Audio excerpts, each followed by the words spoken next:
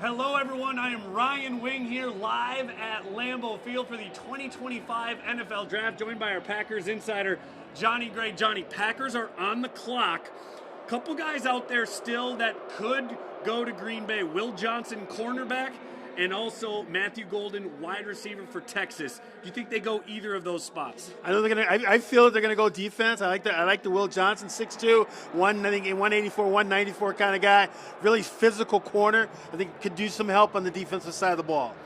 Yeah, so there are some guys that you could kind of hear some groans out here at Lambeau Field when they were taking Emeka Egbuka, the receiver from Ohio State.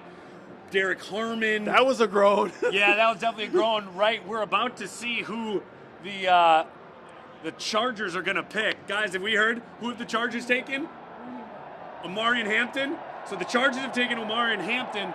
So the Packers have about 7 minutes left on the clock. All right, let me pull up here some best available. I'll kind of walk you through. Tell me who you think you like. I know I mentioned Will Johnson. James Pearson, edge from Tennessee. I know a guy we talked about, Maxwell Hairston, a cornerback from Kentucky. There's only been one corner drafted so far. That's Jahdae Barron. Probably not linebacker, right? That wouldn't really make a lot of sense. No, I like to see, again, I like to see him go with the defensive line. I know we talked about that throughout the course of the week. I mean, they picked up Hobbs, acquisition of free agent in the offseason. I don't know if you go for a corner that high yet. Okay. But still, I think you got to go on the defensive side. All right. I agree that I think they should go defense. It's really going to be interesting if they go Matthew Golden, having not taken a wide receiver since 2002 in the first round, in front of their home fans. That cheer here and outside at the draft theater is going to be monumental.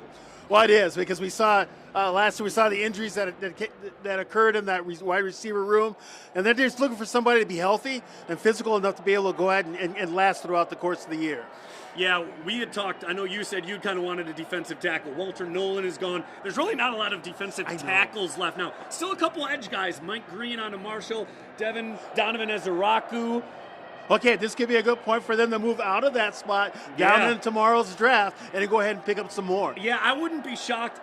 I think if he does trade down, I think he trades down within the first round, stays in the first round. However, as Brian has always said, it takes two to tango. You have to find somebody that wants to come up and get somebody, because they're doing it because they have a fear that somebody else might take them.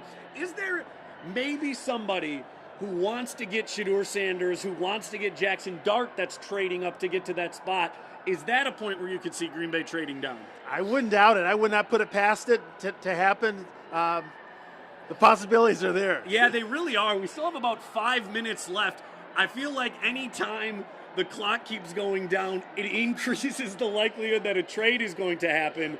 Guys are in there on the phone, making those phone calls, trying to make a deal happen. But like you said, two parties, they both have to dance to be able to get this deal accomplished. So we'll have to wait and see. Yeah, and it's interesting.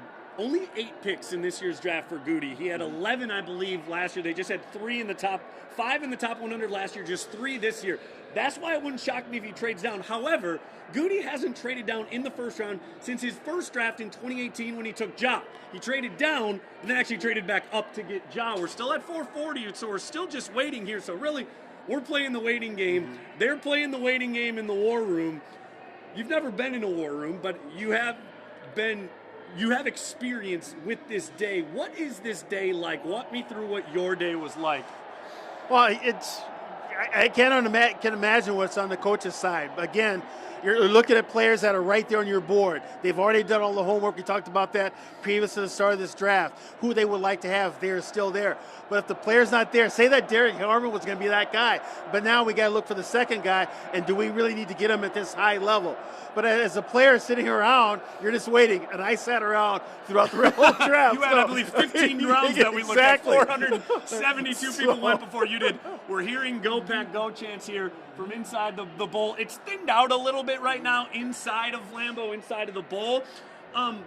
You mentioned it. Corner's so intriguing to me just because we don't know what's going to happen with Jair Alexander. What do you think is going on there? What do you think might happen? Well, throughout the last couple of weeks, the interviews that you guys had with the coaching staff said, they've had those conversations. They talked about what happened last year.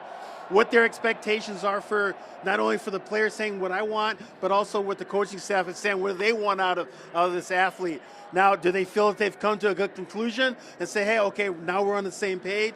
You know what, if they're not on the same page, we may see Will Johnson get picked right away. If they are on the same page, then no, really, you got Hobbs in the offseason. I trust the other corners that are in that defensive back room. I think they're pretty secure there. Here's a position we have not talked about yet. Could they go offensive line and really like maybe a Josh Simmons from Ohio State and say, we are really going to just rock this? Could be, right? It could be. All right, well, we got about 2.5 minutes until the Packers pick. Join us on Fox 11. Johnny and I will break it down. We'll see what they have. Johnny will give his thoughts. We'll break it down for you there. For now, thanks for watching our WLUK Fox 11 YouTube page for Packers Hall of Famer Johnnie Gray. I'm Ryan Wing live at Lambeau Field.